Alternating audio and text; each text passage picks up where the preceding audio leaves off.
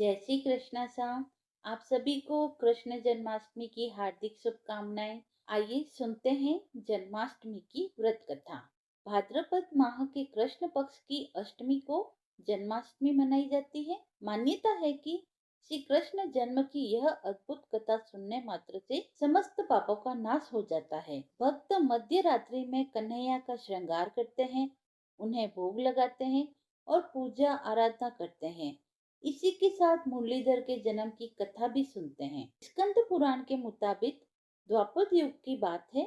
उन दिनों मथुरा में उग्रसेन नाम का एक राजा होता था, लेकिन स्वभाव से वह बहुत ही सीधा साधा था। यही वजह थी कि उसके पुत्र कंस ने ही उसका राज्य हड़प लिया और स्वयं मथुरा का राजा बन बैठा। कंस के एक बहन थी जिसका नाम था देवकी। कंस उससे बहुत ही स्नेह करता था। देवकी का विवाह वासुदेव से तय हुआ तो विवाह संपन्न होने के बाद स्वयं कंस रथ हाँकते हुए बहन को ससुराल छोड़ने के लिए रवाना हुआ। स्कंद पुराण के अनुसार जब वह बहन को छोड़ने के लिए जा रहा था, तभी एक आकाशवाणी हुई। जिस बहन को वह इतने प्रेम से विदा करने स्वयं ही जा रहा है, उसी बहन का 8वां पुत्र उसका संहार करेगा। यह सुनते ही कंस क्रोधित हो गया और देवकी और वासुदेव को मारने के लिए जैसे ही आगे बढ़ा, तभी वसुदेव ने कहा कि वह देवकी को कोई नुकसान न पहुंचाए। वह स्वयं ही देवकी की 8वीं संतान कंस को सौंप देगा। इसके बाद कंस ने वसुदेव और देवकी को मारने की बजाय कारागार में डाल दिया।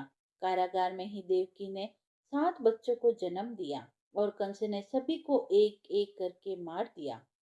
इसके बाद जैसे ही देवकी फिर से गर्भवती हुई, तभी कंस ने कारागार का पहरा और भी कड़ा कर दिया। तब भाद्रपद माह के कृष्ण पक्ष की अष्टमी को रोहिणी नक्षत्र में कन्हैया का जन्म हुआ। तभी श्री विष्णु ने वसुदेव जी को दर्शन दिए और कहा वह स्वयं ही उनके पुत्र के रूप में जन्मे हैं। उन्होंने यह भी कहा कि वसुदेव जी उन्हें वृंदावन में अपने मित्र नंद बाबा के घर छोड़ आए और यशोदा जी के गर्भ में जिस कन्या का जन्म हुआ है उसे कारागार में ले आए। यशोदा जी के गर्भ में जन्मी कन्या कोई और नहीं बल्कि स्वयं माया थी। यह सब कुछ सुनने के बाद वसुदेव जी ने वैसा ही किया। वसुदेव जी ने जैसे ही कन्हैया को अपनी गोद में उठाया, कारागार के ताले अपने आप खुल गए। पहरेदार अपने आप ही नींद के आगोश में आ गए। फिर वसुदेव जी कन्हैया को टोकरी में रखकर वृंदावन की ओर चले। कहते हैं कि उस दिन यमुना जी पूरे उफान पर थी।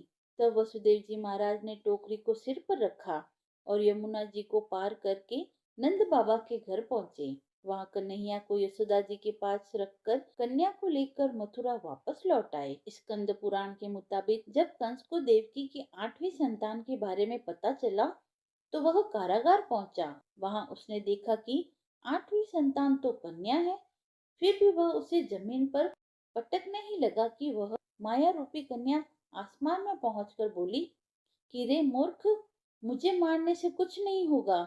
तेरा काल तो पहले से ही वृंदावन पहुंच चुका है और वह जल्द ही तेरा संहार करेगा। इसके बाद कंस ने वृंदावन में जन्मे नवजातों का पता लगाया। जब यशोदा के लाला का पता चला तो उसे मारने के लिए कई प्रयास किए गए। कई राक्षसों को भी भेजा गया, लेकिन कोई भी उस बालक का बाल भी बांका नहीं कर पाया। तो कंस को यह एहसास हुआ कि नंद बाबा का बालक ही वसुदेव और देवकी की 8वीं संतान है। कृष्ण ने युवा अवस्था में कंस का अंत किया। इस तरह जो भी यह कथा पढ़ता या सुनता है उसके समस्त पापों का नाश हो जाता है। राधे राधे। जय श्री कृष्णा। कथा समाप्त हुई। यदि आपको कथा पसंद आई हो तो आप मेरे चैनल को लाइक शेयर एंड सब्सक्राइब करें। धन्यवाद।